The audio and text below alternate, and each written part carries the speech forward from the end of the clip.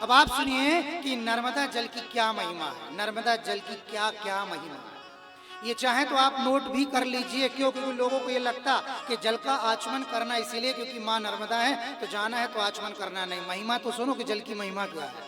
पहला, यदि कोई व्यक्ति बहुत भयंकर अपराध भी कर ले, बहुत बड़ा अपराध कर ले, लेकिन वो अपराध कैसा होना चाहिए? गलती से किया गया, जानबूझ के नहीं। अब पता चले जानबूझ के 10-25 अपराध करके चले आ रहे और आज नर्मदा जी में आके स्नान कर लिए और सोचा कि मेरे सारे अपराध उतर गए, तो ऐसा नहीं होता है। और आज जो प्रदक्षिणा लोग करते हैं तो जितने भी आप देखिएगा, विगत वर्ष में मेरे को लगता है कि 12 लाख लोगों ने प्रदक्षिणा की थी मां नर्मदा की। 12 लाख, 12-15 लाख इस साल भी होगा।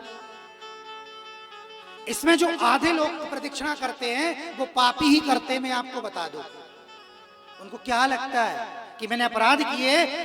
किसी महाराज ने, किसी गुरुवर ने कहा था कि मां नर्मदा की प्रदक्षिणा करो अपराध कट जाएंगे। अरे अपराध कैसे कट जाएंगे? ये अपराध आपने जानबूझ के किए थे, आपके अनजाने में थोड़ी ना अपराध हुए थे। अपराध वो आपके कटेंगे जो आपसे अनजाने में हो गए थे। बड़े से बड़ा अपराध, चाहे ब्रह्म हत्या क्यों ना लग गई हो आपको, वो भी मां नर्मदा के जल से घट जाता है। मां नर्मदा के जल का पहला महत्व। कोई गर्भवती नारी, मैंने कल भी बताया था, कोई भी गर्भवती नारी यदि मां नर्मदा के जल का आचमन नित्य प्रति करे तो संतान कभी भी उसके उदर में खराब नहीं होगी। ये जल की महिमा बता रहा हूं, मां नर्मदा के जल की। मां नर्मदा का जल यदि आचमन करते हैं तो दिमाग के सारे तार खुल जाएंगे, दिमाग के सारे तार खुल जाए। कई लोग बोलते हैं कि बुद्धि कुंद हो गई है, कुंठित हो गई है। आप आचमन तो करिए जल का मां नर्मदा के, आपकी बुद्धि भी खुल जाएगी, दिमाग के सारे तार खुल जाएंगे।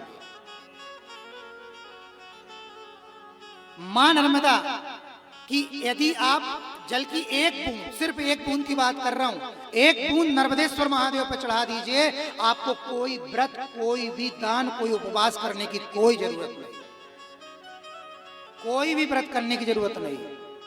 मैं ये इसलिए नहीं बोल रहा कि मैं अपने मन से लिख के लाया हूं, ये सब इस पुराण में लिखा हुआ है। स्कंद पुराण, स्कंद पुराण का पंचम खंड है, रेवा खंड, इसमें लिखा हुआ, आप देख लीजिए।